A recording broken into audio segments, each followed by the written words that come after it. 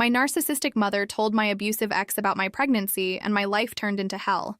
The pregnancy test sat on the bathroom counter, showing 2 pink lines, and the first person I wanted to tell wasn't my partner sitting in the living room. It was my mother. That should have been my warning sign right there. But you don't recognize red flags when you've been trained your whole life to see them as normal. I picked up my phone, then put it down. Picked it up again. My partner knocked on the door asking if I was okay. And I realized I'd been in there for 20 minutes just staring at a piece of plastic that had just changed my entire life. "I'm pregnant," I said when I finally came out, and he swept me up in this hug that felt like safety and future and everything good. We'd been together for 2 years, living together for 6 months. And this wasn't exactly planned, but it wasn't a disaster either. We were both 28, stable jobs, a decent apartment. We could do this. He was already talking about converting the spare room into a nursery, about telling his parents this weekend, about how excited everyone would be. I waited 3 days to call my mother. I don't know why I waited. Actually, that's a lie. I know exactly why. There was this small voice in my head saying, "Don't," saying, "Enjoy this moment before she makes it about her," saying, "You know how this will go." But she's my mother. You're supposed to tell your mother these things. You're supposed to have that moment where she cries happy tears and talks about becoming a grandmother and offers to help with everything. "You're pregnant?" Her voice on the phone was flat. Not excited, not congratulatory, just flat. "Well, that was fast. We've been together for 2 years," I said. "I meant moving in together and immediately getting pregnant. People will talk. We've been living together for 6 months. And we're adults, so I don't really care if people talk." There was a pause. Then, "Does he know it's his?" I should have hung up right then. I should have said something cutting and ended the call. Instead, I tried to explain that of course he knew. That we were happy. That this was a good thing. She made a non-committal sound and changed the subject to something about her neighbor's tree branches hanging over her fence. The entire conversation lasted maybe 8 minutes. She didn't ask when I was due. Didn't ask how I was feeling, didn't offer to help with anything. When I hung up, my partner found me crying in the bedroom. "What did she say?" he asked. "The usual." I wiped my face. I don't know why I expected different.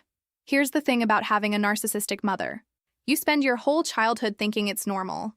You think every kid competes with their parent for attention, that criticism is love, that walking on eggshells is just family dynamics. I didn't realize it wasn't normal until I was 23 and a friend pointed out how my mother had worn a white dress to my college graduation party. Something clicked. I started seeing patterns. The coldness, the need to be central in every situation, the way I always felt anxious and inadequate around her. By the time I met my current partner, I'd been through years of therapy untangling it all. My therapist used words like enmeshment and covert narcissism, and eventually I stopped thinking she was being dramatic.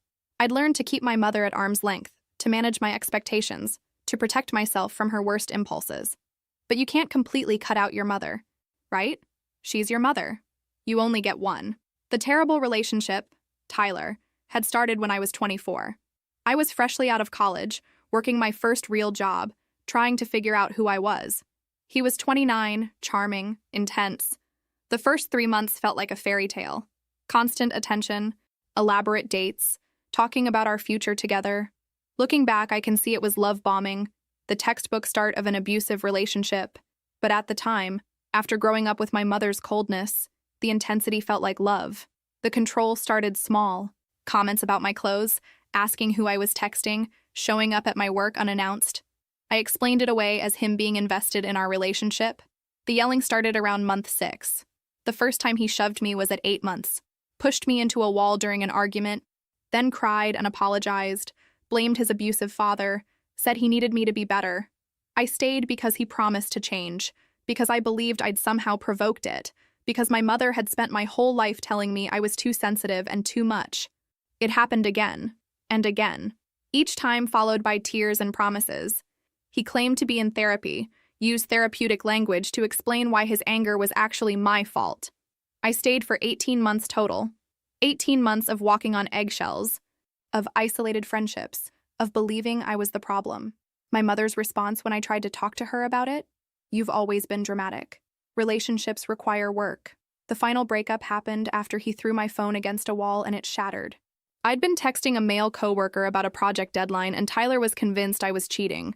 When he couldn't find evidence, he got angrier. Watching the pieces of my phone scatter across the floor, I realized that could be my face next time. I left the next day while he was at work, drove to my best friend's apartment, and finally admitted how bad it had been. I filed for a restraining order. Tyler hired a lawyer who painted me as vindictive, but I had documentation. Police reports, witness statements, texts from him violating boundaries. The judge granted a 2-year order. For 6 months after, Tyler tested the limits, driving past my building, showing up places he knew I'd be, sending messages through mutual acquaintances. Then he finally stopped. I changed my number, moved apartments, rebuilt my life. My mother's response? Well, you did have a tendency to provoke him. You've always been stubborn.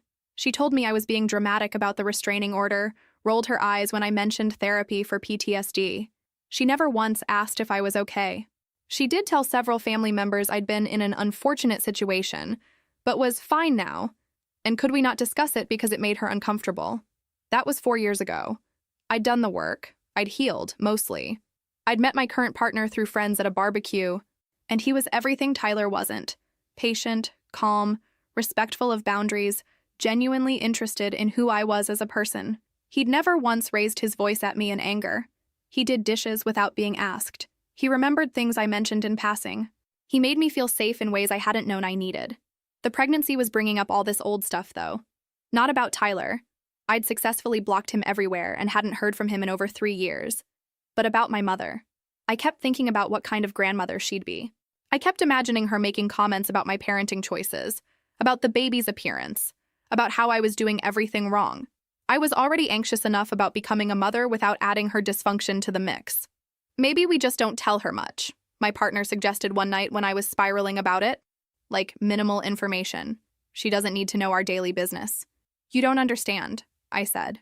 She'll find out anyway. She always does. And then she'll punish me for keeping her in the dark. Punish you how? You're an adult with your own life. By calling family members and telling them I'm excluding her. By showing up unannounced. By making everything about how I'm a terrible daughter. You haven't seen the full force of her when she feels slighted. He looked genuinely concerned. That's not normal, you know that, right? I know. Therapy, remember? I know it's not normal. Doesn't make it easier to deal with. The first trimester was rough. Morning sickness that lasted all day, exhaustion that made me feel like I was moving through water, food aversions to everything I normally loved. I couldn't keep down anything except saltine crackers and ginger ale for the first 6 weeks. My partner was amazing, bringing me crackers in bed, taking over dinner completely, not complaining when I fell asleep at 8 p.m. every night. He'd come home from work to find me on the couch in the same position I'd been in when he left that morning, and he'd just kiss my forehead and ask what I needed. I'd planned to wait until the second trimester to tell people, but I ended up telling my best friend at 7 weeks because I needed someone to vent to about how terrible I felt. We met for lunch at a place near my work, though I could only manage to nibble on plain bread while she ate.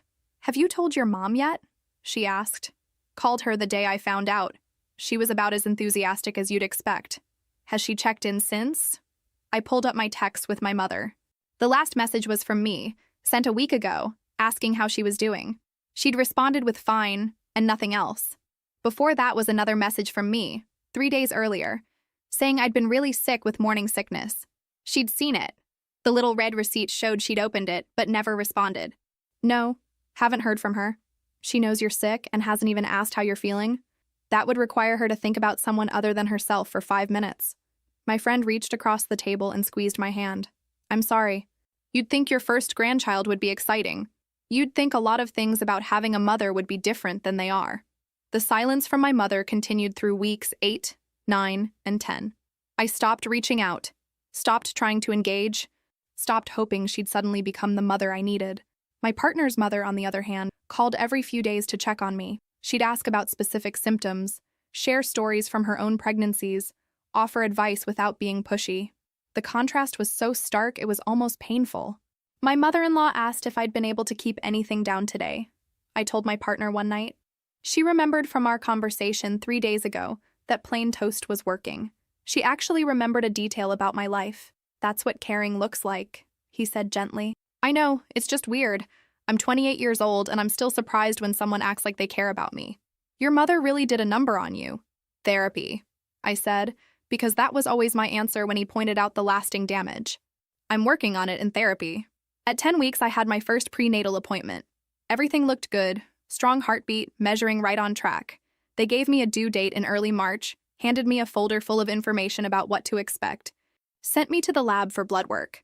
I felt this weird mixture of excitement and terror. This was real. This was happening.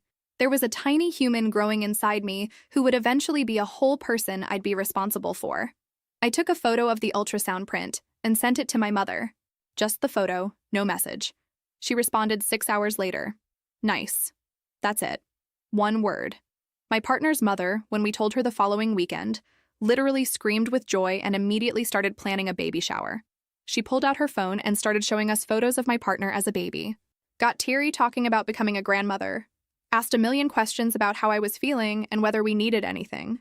The contrast was stark enough that I actually started crying, which I blamed on hormones, but was really about grief. Grief for the mother I didn't have, for the relationship that would never exist, for this fantasy grandmother who would be excited and supportive and actually care. Your mother-in-law is lovely, my mother said when I mentioned the visit during our next phone call, and her tone made it an accusation somehow. Must be nice having such an involved family. You could be involved too, I said, even though I knew it was pointless. I asked how you were doing. What else do you want from me? Maybe some enthusiasm? Maybe acting like you're happy about becoming a grandmother? I just think you're rushing into things. You barely know this man. 2 years isn't barely knowing someone. You got married after 6 months. That was different. Your father and I were more mature. I let it go because fighting with her was exhausting and never led anywhere productive. She'd just twist everything around until I was somehow the problem, until I was apologizing for having expectations of her at all. The second trimester brought relief from the nausea, and a visible bump that made everything feel more real. I started wearing maternity clothes, feeling the baby move for the first time around 16 weeks. These little flutters that could have been gas but probably weren't. My partner talked to my belly every night, telling the baby about his day, playing music, reading from books even though the baby couldn't hear yet. It was dorky and sweet, and made me love him even more. We decided to find out the sex at the 20-week anatomy scan. A girl. We were having a daughter. The technician printed out extra photos, pointing out tiny fingers and toes, the curve of her spine, her perfect little face and profile. We left the appointment giddy, stopped for lunch, spent an hour looking at baby names on our phones and laughing at the ridiculous ones. I sent the anatomy scan photos to my mother with a message. It's a girl. She called me an hour later. So you're finding out the sex? I thought people like to be surprised these days. Some people do. We wanted to know. Have you picked a name yet? We're narrowing it down. We'll probably decide in a few months. Well, don't choose anything too unusual. Children get bullied for strange names. We're not naming her anything strange, Mom. I'm just saying, you should think about her future, not just what sounds cute. The conversation lasted maybe 5 minutes before she said she had to go. No congratulations, no excitement about having a granddaughter, no asking to see more photos. Just criticism disguised as concern and then a quick exit. I felt that familiar hollowness that came after talking to her, like she'd somehow taken something from me without me noticing. My partner found me sitting on the couch staring at nothing. Your mom? I nodded. What did she say? That we shouldn't name her anything weird. That was the extent of her commentary on finding out we're having a daughter. He sat down next to me, pulled me against his side. I'm sorry. You deserve better than that. I know. Doesn't make it hurt less. Do you want to limit her involvement? Like, when the baby comes, we don't have to tell her immediately. We can take time for ourselves. That would be amazing. But she'd lose her mind if she found out we told other people first. She'd make it this whole thing about how I'm excluding her and she's such a victim. She's going to make everything a thing anyway. Might as well protect our peace. He was right. I knew he was right. But years of conditioning made it hard to actually implement boundaries with her. The guilt was automatic, bone deep, irrational, but powerful. The weeks passed in this strange rhythm. Work became harder as I got bigger. Standing for long periods hurt my back. Sitting for too long made my feet swell. My energy levels were unpredictable. My boss was understanding, let me work from home more often, adjusted my schedule when I needed it. My coworkers threw me a surprise mini shower one afternoon, complete with a cake and tiny gifts wrapped in pink paper. Their enthusiasm and kindness made me tear up, which they blamed on pregnancy hormones, but was really about being seen and celebrated by people who barely knew me, while my own mother couldn't be bothered. My partner's family started giving us their baby gear, his sister's old crib, his cousin's barely used stroller, boxes of tiny clothes that their kids had outgrown.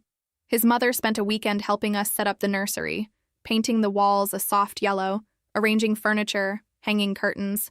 She told me stories about my partner as a baby, showed me photos of him at various stages of childhood, shared advice without being pushy about it. "I'm really glad you're part of our family," she said at one point while we were folding tiny onesies. "Thank you," I managed, getting teary again. "No, I mean it. He's happy with you. We can see it. And this baby is so lucky to have you as her mom." I excused myself to cry in the bathroom because that's apparently what happens when you get genuine maternal affection after a lifetime of not having it. When I came back, she pretended not to notice my red eyes and just kept folding baby clothes like nothing had happened, giving me space to collect myself. My best friend started coming over every Sunday for what she called baby prep sessions, but was really just an excuse to hang out. We'd go through all the stuff people had given us, read baby books together, practice swaddling techniques on a stuffed animal. She was excited about becoming a godmother, had already started buying gifts even though I'd told her to wait until after the baby was born. "I can't help it," she said, showing me yet another tiny outfit. "Look at this. It has ducks on it. Ducks. You're going to spoil her. That's literally my job as godmother. Spoiling her is in the contract." These were the moments that made the pregnancy feel real in a good way, surrounded by people who were genuinely excited, who wanted to be involved, who treated this baby like the blessing she was. It made the absence of my mother more obvious but also less painful, because I could see now what family was supposed to look like. It wasn't about obligation or guilt or managing someone else's emotions. It was about showing up because you wanted to, about celebrating without making it about yourself, about supporting without conditions attached. I hit the 24-week mark in mid-November. Thanksgiving was coming up, and we'd tentatively planned to spend it with my partner's family since they lived closer, and his mother had already been planning the menu for weeks, asking about my food aversions and making sure there would be things I could eat. My mother called 2 weeks before Thanksgiving, her voice clipped and expectant. "I assume you're coming here for Thanksgiving," she said without preamble. We were planning to go to his parents' house. They're only an hour away, and they've been planning. "I'm your mother. You should be spending the holiday with me. You're welcome to come to their house. They'd love to have you." "I'm not going to someone else's house for Thanksgiving. That's ridiculous. You should come here." "Mom, we already told them we'd be there. Maybe we can do dinner with you the weekend after." "So I'm second priority now. Good to know where I stand." "That's not what I said. We're trying to split holidays. We can't be two places at once. You used to always come here for Thanksgiving. But I guess now that you have a new family, I don't matter anymore." The guilt trip was so blatant it was almost funny, except it was working. I felt myself caving, felt the familiar anxiety rising, felt the automatic response of, "I'm sorry, you're right. I'll fix this," starting to form. Then my partner gently took the phone from me. "Hi," he said into the phone. "We'd love to have you join us at my parents' house for Thanksgiving if you'd like. If not, we can definitely schedule another time to see you. But we're spending the holiday with my family this year." He paused, listening. "Okay. Well, the invitation stands if you change your mind. Have a good day." He hung up. I stared at him. Did you just hang up on my mother? She hung up on me? Technically. Started yelling about respect and how dare I. And I just said we'd talk later and ended the call. He handed me back my phone. "You don't have to let her bully you into things. No is a complete sentence. She's going to make this a whole thing. Let her. We're not changing our plans because she's throwing a fit." The relief I felt was enormous and guilt-inducing at the same time. Part of me wanted to call her back and apologize, to smooth things over, to make her happy. But a larger part of me was tired. So tired of managing her emotions, of sacrificing my own needs to keep her satisfied, of always being the one to compromise. She didn't call back. She did, however, post on social media about how hard it was to be a mother when your children abandoned you during the holidays. Several relatives commented asking what happened, and she played the victim beautifully. She didn't mention that she'd been invited to join us, didn't mention that we'd offered an alternative time to see her, just painted herself as the lonely, forgotten mother whose ungrateful daughter had cast her aside. My aunt called me the next day. "Your mother says you're not coming for Thanksgiving? We're going to my partner's family this year. We invited her to come with us, but she declined. She's really hurt. You know, she's been talking about having you for Thanksgiving for weeks. She never mentioned it to me until 2 weeks ago. And I'm 6 months pregnant. I can't be traveling all over trying to please everyone. I'm just saying she's your mother. You only get one mother." I wanted to scream. The whole, You only get one mother thing was exactly the kind of manipulation that had kept me trapped in guilt for years. I'm aware she's my mother, I said as calmly as I could, and she's welcome to be part of our lives. But I'm not going to cancel plans we've already made because she decided at the last minute she wanted us there. My aunt made a disapproving sound. You've changed since you've been with him. You used to be such a sweet girl. Translation: I used to be easier to control. I used to cave immediately when pressured. I used to put my mother's needs above my own every single time. Thanksgiving actually ended up being lovely. My partner's family was warm and welcoming. His mother fussed over me in a way that felt caring rather than smothering, and nobody made passive-aggressive comments about anything. We ate too much, watched football, played board games, and I felt the baby kicking the whole time like she was joining in the fun. It was what family gatherings were supposed to feel like. My mother texted me at 9 p.m. on Thanksgiving. Hope you enjoyed yourself. I ate alone. I stared at the message for a long time. My partner read it over my shoulder and said, Don't respond. She's baiting you. She spent Thanksgiving alone. I feel terrible. She chose to spend it alone. She could have come with us. She could have made plans with friends or other family. She's trying to make you feel guilty for a choice she made. He was right. But knowing that didn't stop the guilt from gnawing at me. I put my phone away without responding. She sent 3 more messages over the next hour, each one escalating in martyrdom. I'm sure you're too busy to respond. Must be nice having a new family that actually wants you around. I guess I know where I stand now. I turned off my phone and went to bed. The next day brought a voicemail from my mother. I listened to it on speaker with my partner present, which had become my policy for dealing with her.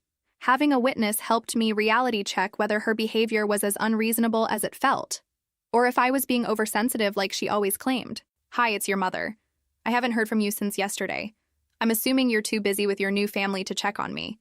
I just wanted you to know that I spent yesterday completely alone because you couldn't be bothered to include me in your plans. But I'm sure you don't care about that. You've made it very clear that I'm not important to you anymore. I hope you're happy with your choices. The voicemail ended. My partner and I looked at each other. That's manipulative as hell, he said. I know. Are you going to call her back? I don't know what to say. Nothing I say will be right.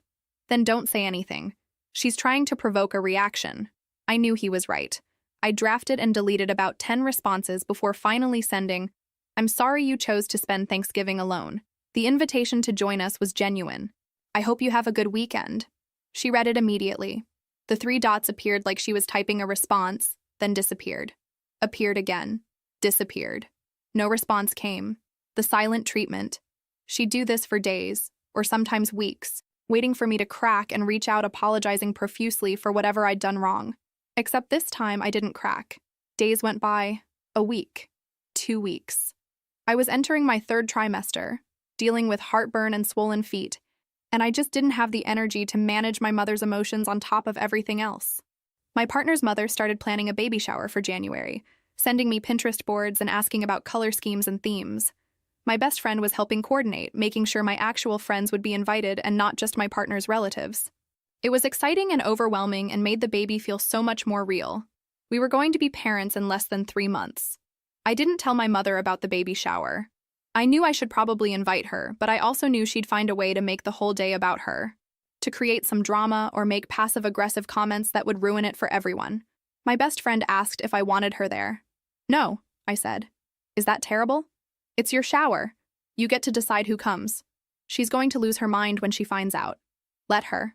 She had her chance to be involved and chose to give you the silent treatment instead. The shower was scheduled for mid-January, when I'd be 32 weeks. We'd sent out invitations in early December. I spent the next few weeks in this weird limbo, my mother still not speaking to me not reaching out to her, both of us apparently waiting for the other to blink first. Part of me felt relieved. The silence meant no criticism, no demands, no guilt trips, but part of me felt sad, grieving the mother-daughter relationship I'd never have. I was 29 weeks when my phone rang at 11 p.m. on a Tuesday. Tyler's name showed up on the caller ID. Tyler, who I hadn't spoken to in over 3 years. Tyler, who I had blocked on everything. Tyler, who shouldn't have my current number because I'd changed it specifically to get away from him. My blood went cold. I showed my partner the phone. Don't answer, he said immediately. How does he have my number? I changed it. He shouldn't. The call went to voicemail. My phone immediately rang again. Same number. I declined it. It rang again. I'm calling the police, my partner said, already reaching for his phone. And tell them what? That my ex is calling me? That your ex, who you have a restraining order against, is calling you. The restraining order expired 2 years ago. We didn't renew it because he'd left me alone. The calls kept coming. 5 times, 6 times, 7. Then they stopped. A text came through instead. We need to talk about the baby. I felt like the floor had dropped out from under me. My partner read the text over my shoulder and his face went white. How does he know you're pregnant? He asked. I don't know. I haven't posted anything on social media. We've been so careful. Another text. Your mother told me. I have a right to know about my child. The room spun. I had to sit down. My partner was pacing, already on his phone with the police, but I couldn't focus on what he was saying. My mother. My mother had told Tyler. My mother, who I'd barely spoken to in weeks, who knew about Tyler, who knew what he'd put me through, had somehow found Tyler and told him I was pregnant. Another text. I know I messed up before, but this changes everything. I deserve a chance to be a father. And another. We can co-parent. I've changed. I've been in therapy. And another. Why are you ignoring me? This is important. My partner got off the phone with the police, his expression grim but determined. They're sending someone over. They want to see the messages. Do not respond to him. Don't engage at all.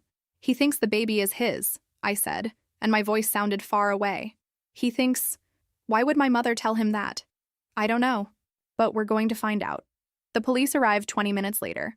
2 officers, a man and a woman, both with the weary professionalism of people who'd seen too much. They took my statement and looked at the messages, scrolling through Tyler's increasingly unhinged texts with expressions that shifted from concern to alarm. They explained that since the restraining order had expired, Tyler hadn't technically done anything illegal by contacting me, but the harassment angle might give us grounds for a new order. They took copies of everything, gave us a case number, told us to document any further contact and not respond to him directly.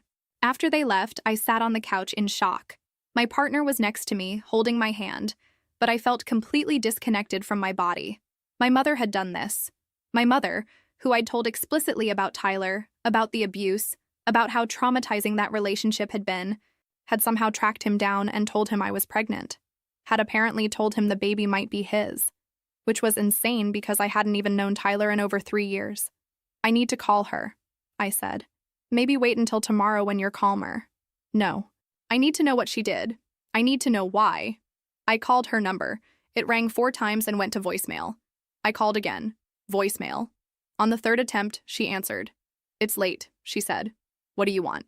Did you contact Tyler? My voice was shaking. Who? Don't play games with me. Tyler, my ex. Did you tell him I'm pregnant? There was a pause. I might have reached out to him. I thought he deserved to know. Deserved to know what? That I'm pregnant with someone else's baby? What possible reason would you have for contacting a man who abused me? He didn't abuse you. You were in a difficult relationship and you both made mistakes. He shoved me into walls. He threw things at me. I had a restraining order. You were always so dramatic about everything. He called me a few months ago asking how you were doing, and I thought it would be wrong not to tell him about the baby. My brain was short-circuiting. He called you? When? Why? I don't know. Maybe 2 months ago? He found me on social media and messaged me. He seemed very concerned about you. He said you'd blocked him and he just wanted to make sure you were okay. And you thought the appropriate response was to tell him I'm pregnant? Well, if there's any chance the baby is his, there's no chance.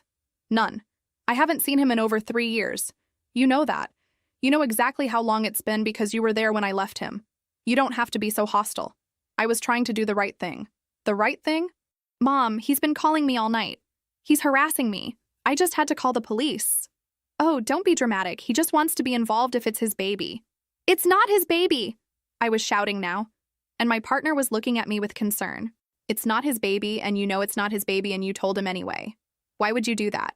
Maybe because you've been ignoring me for weeks? Maybe because you excluded me from Thanksgiving, and apparently you're having a baby shower you didn't bother to invite me to?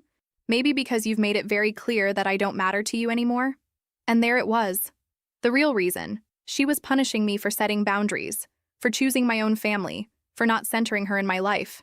She'd weaponized my trauma, contacted the man who'd traumatized me, fed him lies about my baby, all because I hadn't given her enough attention. You're punishing me, I said quietly. You contacted my abusive ex and lied to him about my baby to punish me for not catering to you. I didn't lie about anything. And he's not abusive, you're just holding grudges. I'm done, I said. Don't contact me again. Don't come to the hospital when the baby's born.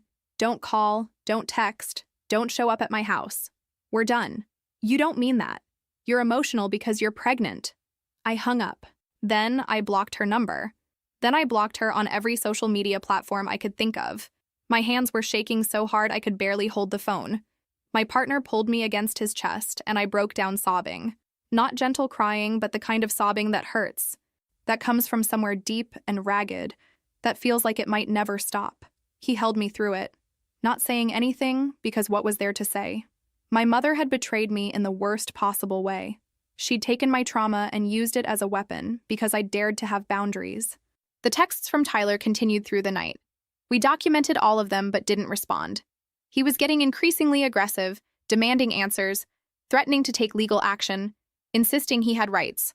Around 3 a.m., they finally stopped. I didn't sleep at all. I just lay there in the dark, feeling the baby move inside me, wondering how I was supposed to protect her from a world that included both Tyler and my mother. Every time I closed my eyes, I saw Tyler's face from years ago, the rage in his eyes when he'd shove me, the tears afterward when he'd apologize, the dead, calm expression he'd get sometimes that was scarier than the yelling. And now he thought I was pregnant with his child.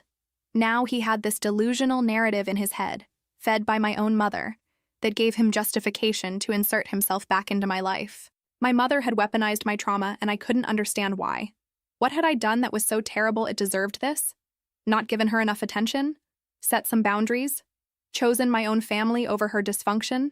My partner stayed up with me, one hand on my belly feeling the baby kick, the other scrolling through Tyler's messages documenting everything. Around 4 a.m., he put his phone down and looked at me. We're going to get through this, he said. You don't know that. I do know that. Because I'm not leaving and you're not alone in this. And we have resources and support. This isn't like before when you were isolated and didn't know how to fight back. We know what to do now. He was right, but it didn't stop the fear.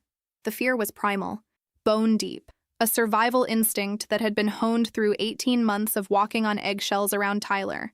My body remembered even when my brain tried to rationalize that things were different now. The lawyer my partner found the next morning specialized in family law and restraining orders. She listened to everything, reviewed the messages, asked detailed questions about my history with Tyler. Her office was in a nice building downtown, all glass and natural light, and she had a calm, competent energy that made me feel like maybe we could actually handle this. The good news is that you have grounds for a restraining order based on the harassment, she said, reviewing the messages on her tablet with practiced efficiency. The bad news is that if he actually believes this child might be his, we need to be prepared for him to potentially file for paternity testing. The baby isn't his. There's no way.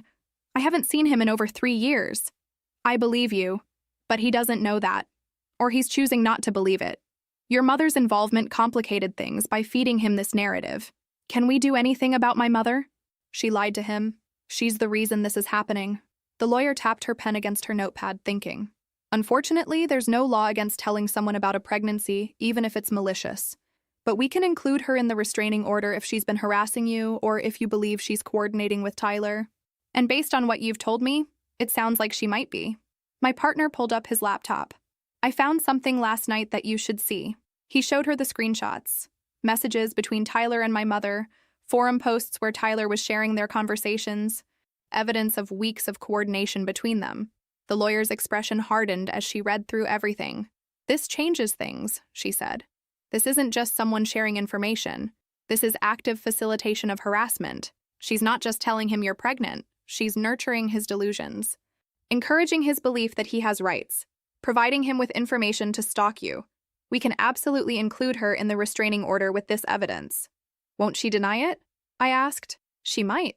But these screenshots came from Tyler's own posts. He's publicly documenting their collaboration. That's evidence that doesn't rely on anyone's word. It's his own admission. We spent the next 2 hours going through everything, building a timeline, documenting every instance of contact between Tyler and my mother, every piece of information she'd shared, every encouraging message she'd sent him. The lawyer took notes, asked clarifying questions, assembled a case that felt solid and terrifying at the same time. Solid because we had evidence. Terrifying because I was going to court to get a restraining order against my own mother. I know this is hard, the lawyer said when we finished. Taking legal action against a parent is incredibly difficult, even when that parent has hurt you. But I want you to understand something. Your mother didn't make a mistake. She made a choice. Multiple choices, over multiple weeks, to collaborate with someone who traumatized you. She could have stopped at any point. She could have refused to engage with him.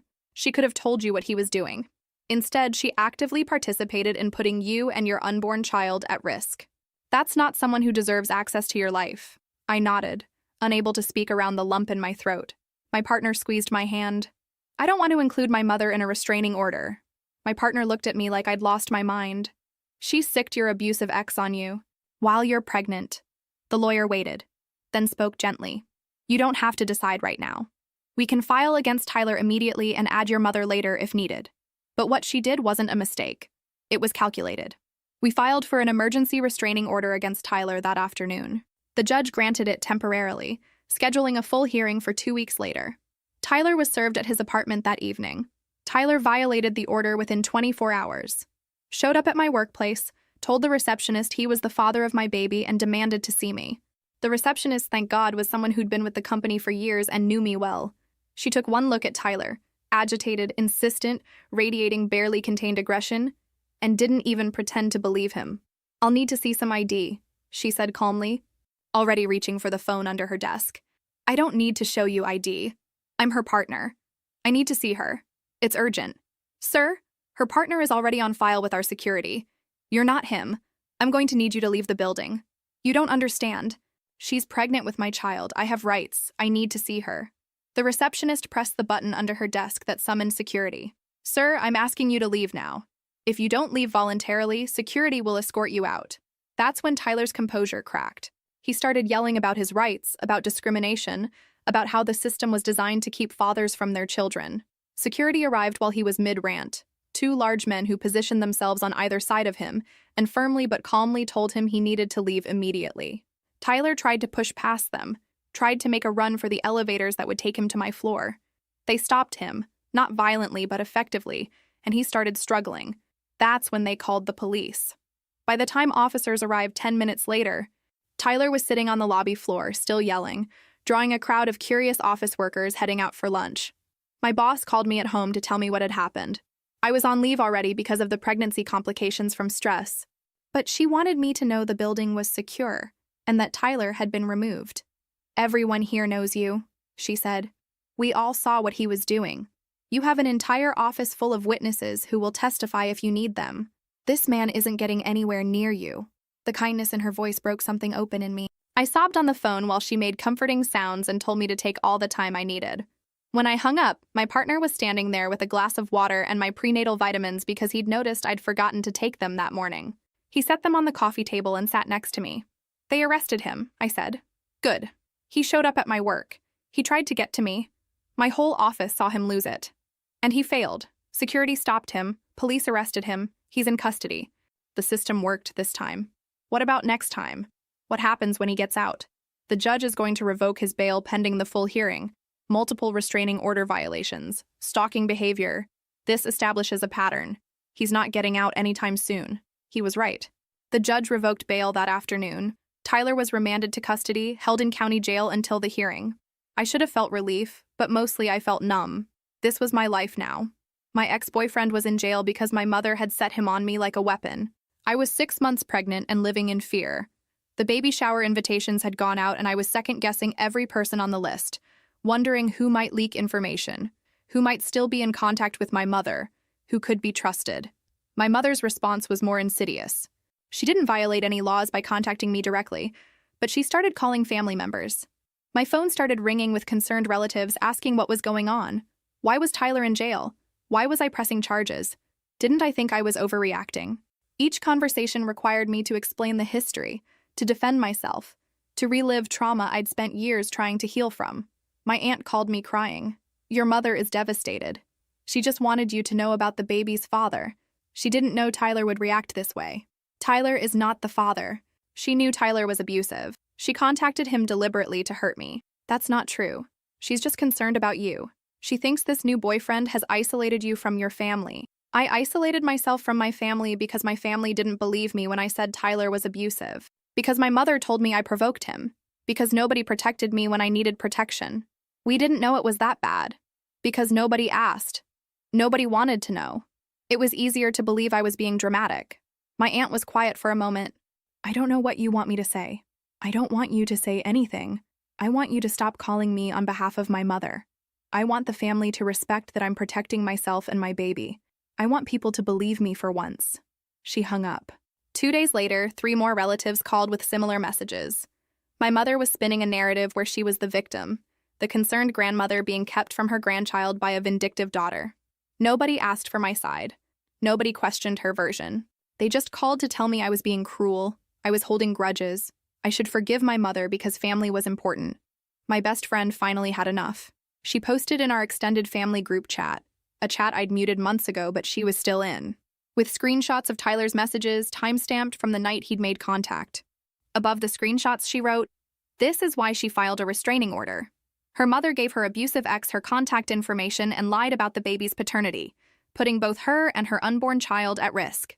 Anyone who has a problem with her protecting herself can deal with me directly." The family group chat went silent after that. A few cousins sent me private apologies. Most people didn't say anything. My aunt sent a message saying we were airing family business inappropriately, and this should have been handled privately. My best friend responded with a middle finger emoji and left the group chat. I loved her for that. I loved that she was willing to burn bridges on my behalf when I was too exhausted to defend myself. But the damage was done. My mother had successfully divided the family into camps, those who believed me and those who believed her. And because she'd been playing the victim role for decades, she had more people on her side. My cousins stopped inviting me to things. My grandmother, who I'd always been close with, started making comments about how I should forgive and move on. Only my brother and a handful of cousins actually reached out to offer support. The rest either stayed silent or actively sided with my mother. The isolation hurt more than I expected. I'd already lost most of my friends during their relationship with Tyler. Now, I was losing extended family too. My support system was shrinking to my partner, his family, my best friend, and my brother. It was enough. More than enough, really, because these were people who actually cared about me. But it still hurt to realize how many people were willing to believe my mother's lies without questioning them. The baby shower happened as planned in mid-January. I was 32 weeks, uncomfortable but happy. My partner's family was there. My actual friends were there. Coworkers who'd become friends were there. Nobody mentioned my mother. Nobody asked about Tyler. It was just people who loved me celebrating this baby, showering us with gifts and advice and good wishes. I cried happy tears for the first time in weeks. That night, my mother posted on social media about how painful it was to be excluded from her own grandchild's baby shower, about how she'd apparently failed as a mother because her daughter wanted nothing to do with her. The post got dozens of sympathetic comments from people who didn't know the real story. My partner asked if I wanted him to respond, to tell people what she'd actually done. No, I said. Let her have her victim narrative. The people who matter know the truth. The restraining order hearing happened at 34 weeks pregnant. I had to testify about Tyler, about our history, about the abuse. Tyler was there in an orange jumpsuit, shackled, staring at me the entire time with this expression that I couldn't read. His lawyer tried to paint him as a concerned potential father who just wanted involvement in his child's life. My lawyer destroyed that argument with evidence of the previous restraining order, police reports from when we'd been together, and testimony from my therapist about the PTSD I'd developed from the relationship. The judge granted the restraining order for 3 years. Tyler was ordered to have no contact with me, my partner, or the baby once born. The judge also added a note that any attempt to establish paternity would need to go through the courts and could only happen with DNA evidence, proving he had grounds to even request testing. My mother's hearing was separate, scheduled for the following week. She showed up with a lawyer, looking like a victim herself. Dressed simply, no makeup, tissues in hand. Her lawyer painted her as a concerned mother who'd made a poor decision out of worry for her daughter. My lawyer presented evidence of the pattern of manipulation, including testimony from my therapist and documentation of her history of narcissistic behavior. The judge granted a 1-year restraining order. My mother's lawyer tried to argue for an exception for when the baby was born, saying it was cruel to keep a grandmother from her grandchild. The judge said the order stood and that any visitation rights would need to be negotiated through family court after the year was up. I saw my mother's face when the ruling came down. For just a second, the mask slipped, and I saw pure rage. Then it was gone, replaced by tears and devastation. She dabbed at her eyes with a tissue and let her lawyer lead her out of the courtroom. "That look," my partner said quietly as we left. "Did you see that?" "Yeah. That's not someone who's sorry. That's someone who's angry they got caught." He was right. My mother wasn't sorry for what she'd done. She was angry that there were consequences. The final weeks of pregnancy were surreal. I was huge and uncomfortable, unable to sleep, constantly worried about labor and delivery and whether I'd be a good mother. But there was also relief. Tyler was in jail awaiting trial for violating the restraining order. My mother was legally required to stay away. I could focus on preparing for the baby without worrying about either of them showing up. My obstetrician worked with hospital administration to create an unprecedented security protocol for my delivery. I would be admitted under a false name. Only my immediate family would be given room information, and they'd need special badges to access the maternity ward. Extra security guards would be posted. All hospital staff working with me would be briefed on the situation and shown photos of both Tyler and my mother, with instructions to call security immediately if either was spotted anywhere in the facility. Labor started on a Tuesday morning, 3 days before my due date. My water broke at home while I was making breakfast. We grabbed the hospital bag we'd had packed for weeks and drove to the hospital, my partner gripping the steering wheel with white knuckles, me trying to breathe through contractions that were already pretty intense. The labor lasted 18 hours. 18 hours of pain and exhaustion, and my partner holding my hand and reminding me to breathe. The delivery room was just us and the medical staff, no family in the waiting room, no visitors, just the two of us becoming 3. "You're doing great," the nurse kept saying as contractions came harder and closer together. "You're almost there." But I wasn't almost there. Hours dragged by. The pain became all-consuming. My partner fed me ice chips and wiped my forehead with a cool cloth. He told me I was strong, that I could do this, that our daughter was almost here. I wanted to believe him. Around hour 15, they offered an epidural. I'd had this whole plan about doing it without pain medication, about being present for every moment, about experiencing childbirth in its raw, natural form. That plan went out the window. I said yes before they finished explaining the procedure. The relief was immediate and overwhelming. I could finally breathe without gasping through pain. I could think clearly enough to have a conversation. My partner sat next to me, holding my hand, and we talked about baby names we were still debating, about what she might look like, about how our lives were about to change completely. "I'm scared," I admitted. "Me too. What if I'm a terrible mother? What if I end up like her?" "You won't," he said firmly. "You already know what not to do. You've spent years in therapy learning how to be different. And I'm here. We're doing this together." When they finally placed her on my chest, this tiny, perfect human covered in vernix and screaming her head off, I felt something shift in my chest that I didn't have words for. She was real. She was here. She was mine to protect. "She's perfect," my partner kept saying, tears running down his face. "You did it. She's perfect." We named her after my partner's grandmother, a woman who'd apparently been kind and loving and everything a grandmother should be. I thought briefly about my own mother, about how she'd never meet this baby, about the relationship that would never exist. Then I looked at my daughter and thought maybe that was for the best. Maybe protecting her from toxic people was the greatest gift I could give her. We stayed in the hospital for 2 days. Nobody showed up trying to see the baby. We'd been careful not to share what hospital we were at, had registered under a private status so no one could find us in the system. My partner's family visited one at a time, keeping it low-key, respecting our space. My best friend came and held the baby while I showered and cried from the hormones and exhaustion. It felt safe. Going home was terrifying. What if my mother showed up? What if Tyler had somehow gotten out? My partner checked every room before bringing the baby inside, checked all the locks, verified security cameras were working. The first few weeks were a blur of feeding and diapers and no sleep. It was hard and beautiful and exhausting.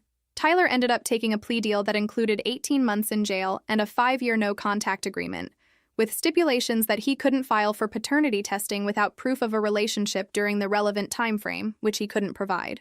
My mother's restraining order would last a year, but I had no intention of reaching out when it expired. The baby is 6 months old now. She's rolling over, sitting up, babbling. She looks like my partner mostly, but she has my eyes. My partner's parents are involved grandparents, visiting weekly, babysitting when we need breaks. My best friend is her godmother. We have a community of people who love her. Sometimes people ask about my mother, family members who don't know the whole story, new friends making assumptions. I've gotten better at the short version. We're not in contact, or it's complicated. Most people don't push for details. The guilt still hits sometimes. That voice trained into me from childhood saying I'm a bad daughter, too harsh, holding grudges. But I'm working on it. Having my own child helps. It's made me realize how wrong my mother's behavior was. I look at my daughter and I can't imagine treating her the way I was treated. I can't imagine using her trauma against her or putting her in danger to punish her for having boundaries. My partner says I'm a good mother. On hard days when I'm exhausted and questioning everything, I try to believe him. Good parenting isn't about being perfect.